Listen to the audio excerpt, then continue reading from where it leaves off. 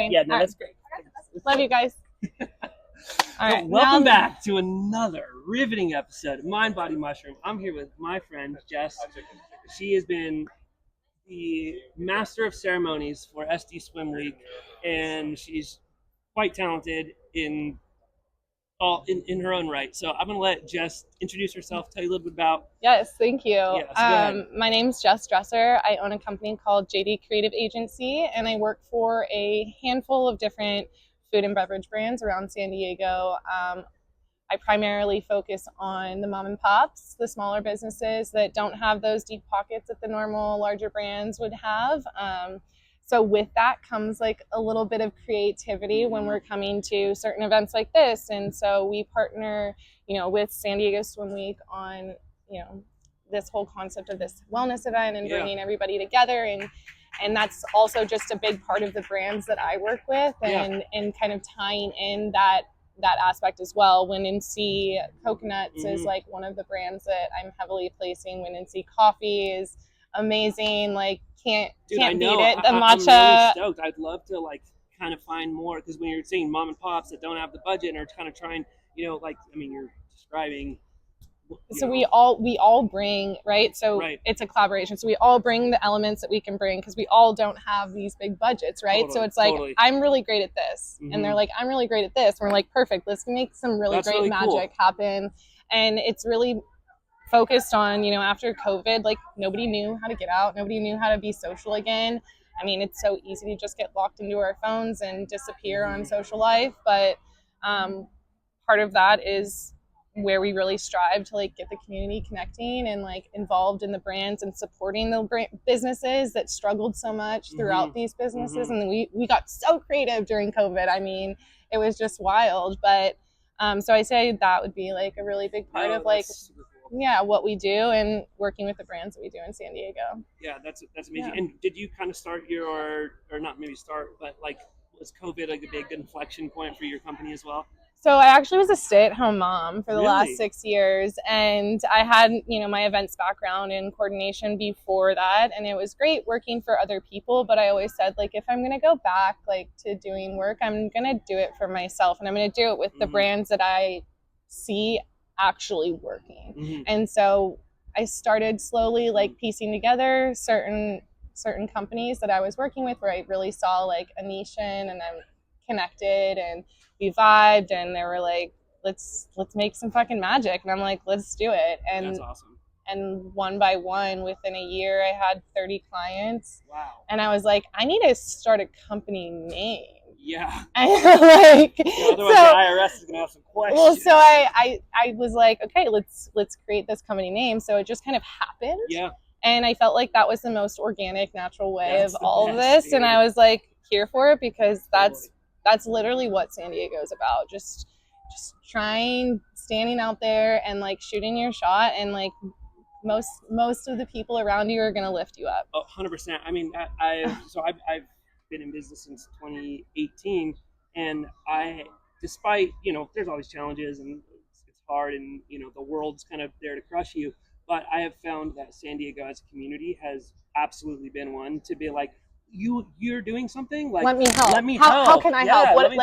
And it's not like I'm taking advantage of you. It's no. But I genuinely want to help you and your brand grow. And it's that helps me and my brand too. We are always just helping each other. And as long as we stay on that path of we're not competition, there's more room for the table at everybody. Everybody has a different view. Totally. Certain brands only go with certain PR companies because of certain visions and images, and that's what it's all about. So it's you just keep filtering, you keep circling, you keep trying, and what the worst that's going to happen is you fail. And what? I'm a piece of sand in this whole galaxy. Right. Who are we? Doesn't matter. Just try. Right. And it's funny you kind of mentioned that. We can maybe tie this back in. Yeah, let's swoop it in. Let's swoop it on in. So this, you kind of mentioned being so infinitely meaningless in this giant universe, and how did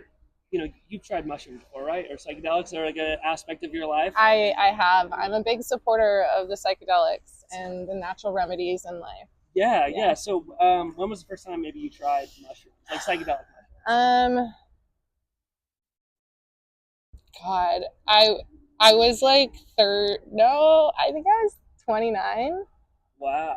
And you're I'm 30. I'm 32 now. Oh, so like I've only been in it for like 3 years.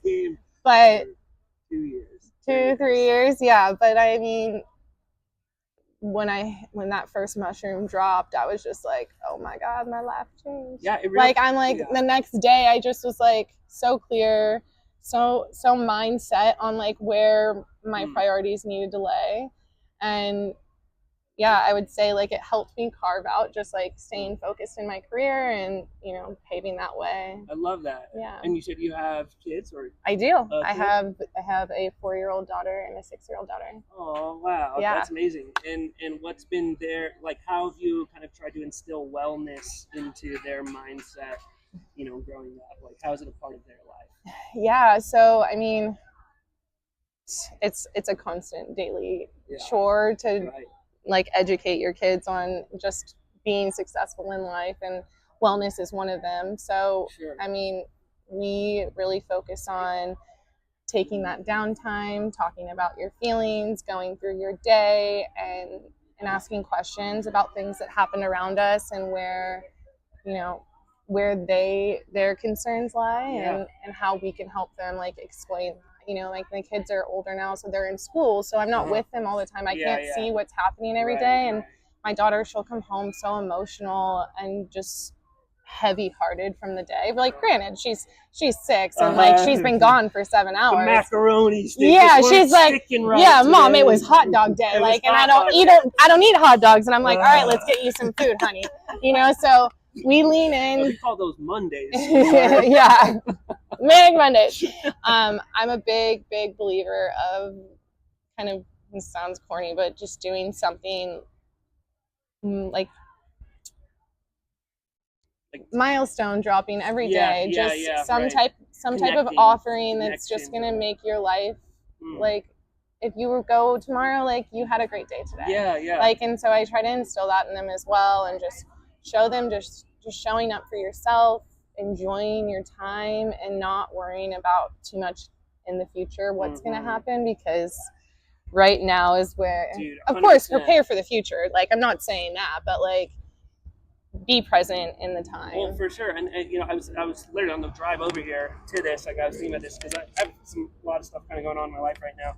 What's going on?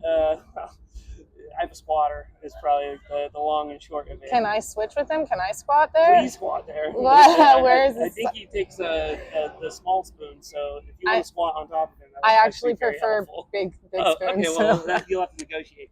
But I guess what I was getting at was that, like, man, there's just stuff in the future that is uncertain, or it's difficult, or it kind of like creates this like low grade, like fizzy anxiety that just sort of like sits around here. And like physiologically, like we don't know that that's any different than there's a tiger in the trees somewhere around here, you know, but in nature you can get away from the trees. Like that stressor passes. In modern life, it's continuous. There's always another thing a week from now, a deadline, something, a thing that you're worried about, a bill that's coming up, whatever. And it's not serving you to constantly be like worrying about it. You know, do what you can, like you say, control what you can. Like, of course, be upset about it, but then like move on, continue to let life unfold the way it is. You have 2 cards, right? So it's like, what card are you going to play? You're going to play like the pity card and lean into that, like, oh, unfortunate feeling or something that happened to you, or are you just going to like continue to focus on the tunnel ahead, enjoy your moments that you have, and just make the most of it? Well, I know which card my squatter is picking. On the victim side. What happened here? Oh, I fell off a scooter. Oh my God, you had a bird injury? Like a kid scooter. A kid scooter. We were running around and I hit a crack in the concrete and trying to be the fun mom. Trying to be the fun mom. But there's something I want to share with you, because I feel like it's really important, and it's not something I typically share, but I felt connected to you, and so going on this journey, this mushroom journey with you today has been good. So I feel safe to tell you. When I was 22, I woke up one day and I was like fully paralyzed. What? Well, I was like, I wasn't fully paralyzed. I was partially paralyzed. And I was like, whoa, like something's going on. Like I can't walk. And I went to the ER.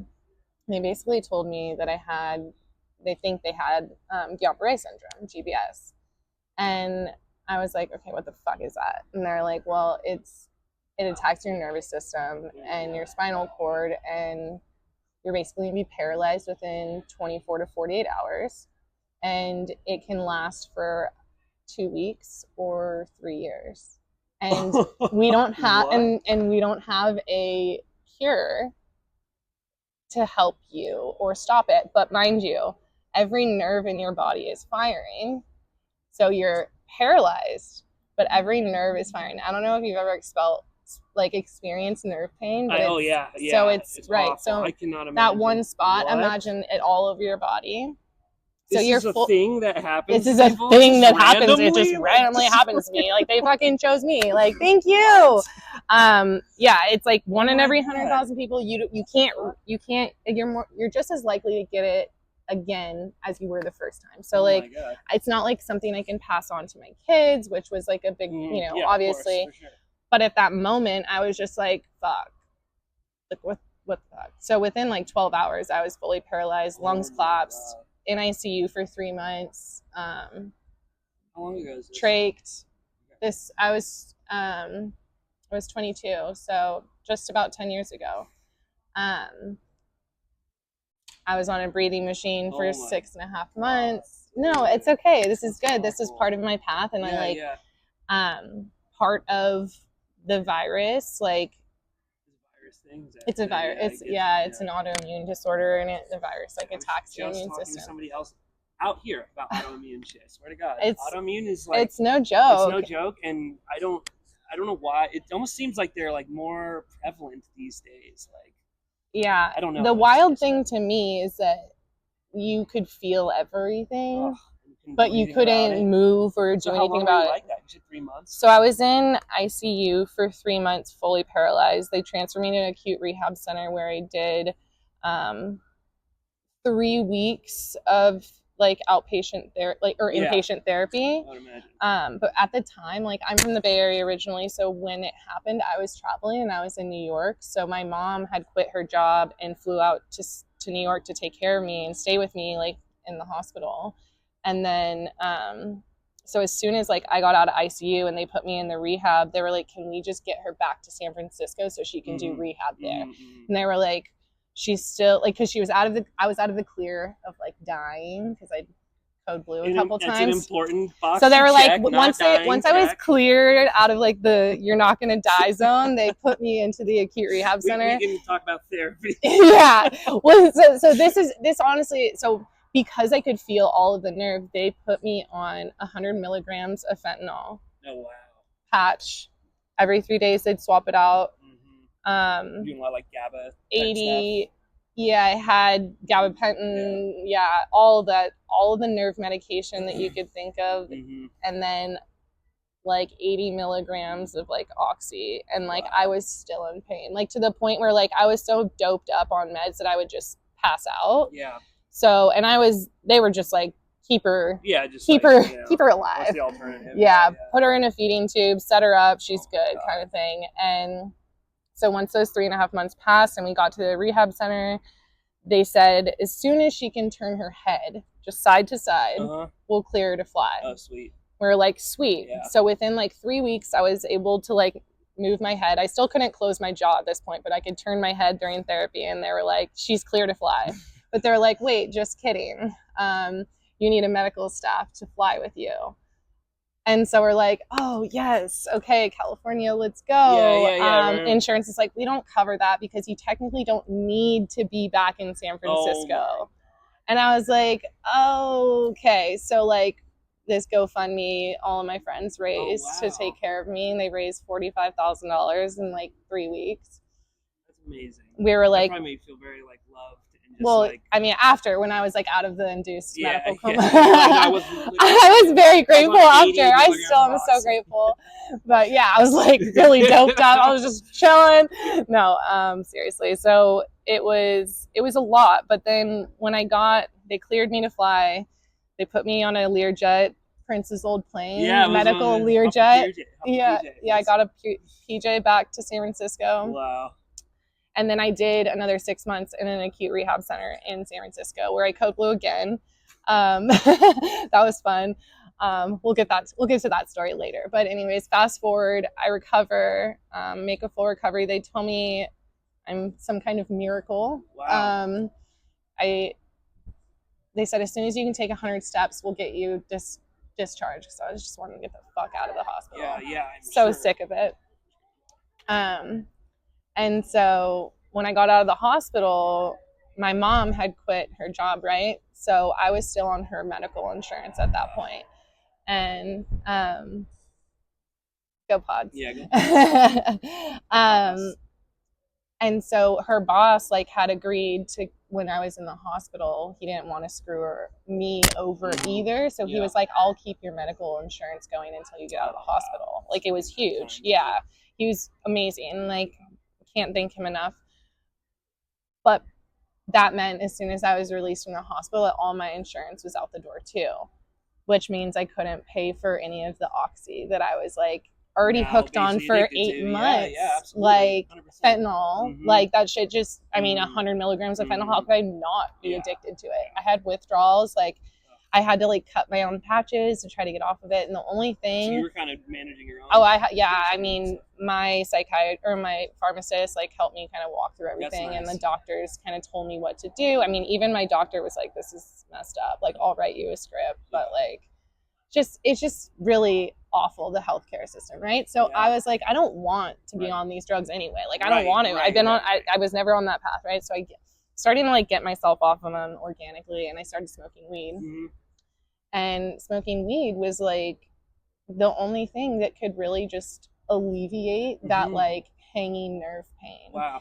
And amazing. And so I stayed on the gabapentin and the Lyrica and that type of stuff. Mm-hmm. And that was really great, but I didn't have this fog over me of opioid, I was just there but not there. And so still to this day I smoke weed every day, and I my nerve pain is fine. I'm not on any nerve medication now. And that's when I kind of started to dabble into mushrooms, and I was like, I want to explore a little bit more. Such a fun story, and I love that was your entree into it, because for a lot of people, smoking weed or doing mushrooms is I did it when I was 16. I was in high school, and it was just for fun, and it is mind opening. It can be medicinal even if you approach it from a recreational standpoint. Yeah. But it's cool seeing, now there's a lot of attention to the therapeutic aspects of cannabis and mm-hmm. mushrooms and just plant medicine in general. Mm-hmm. And so to see someone that's I was on a very Western route. Doesn't get any more Western than 100 milligrams of fentanyl every day, right? That's, you're intubated in a hospital, and then to get hit with the shortcomings of the healthcare system is frustrating and kind of eye-opening in its own regard, that no one's going to care about your health more than you're going to care about your health. And so you have to be in charge of this shit, and you have to make sure that, you're managing your own care. You're your care team. Yeah. And when you kind of take back that agency, it's empowering, because it's I respect your doctor, I respect hospitals, I respect all of this stuff, but I also know the limits of your practice. Yes. Right? Exactly. So that's cool. Yeah. So that's why I wanted to share that with you. And that's kind of my really beautiful story. Yeah, I really liked it. It wasn't beautiful at the time. No, I won't tell you about the diapers, but yeah, I would say you're probably a mess in there. Your mouth not even closed. Wearing diapers. I'm just kidding. Exactly that. That exactly. But more tubes. More tubes. More pale. Yeah. Well, little skinnier.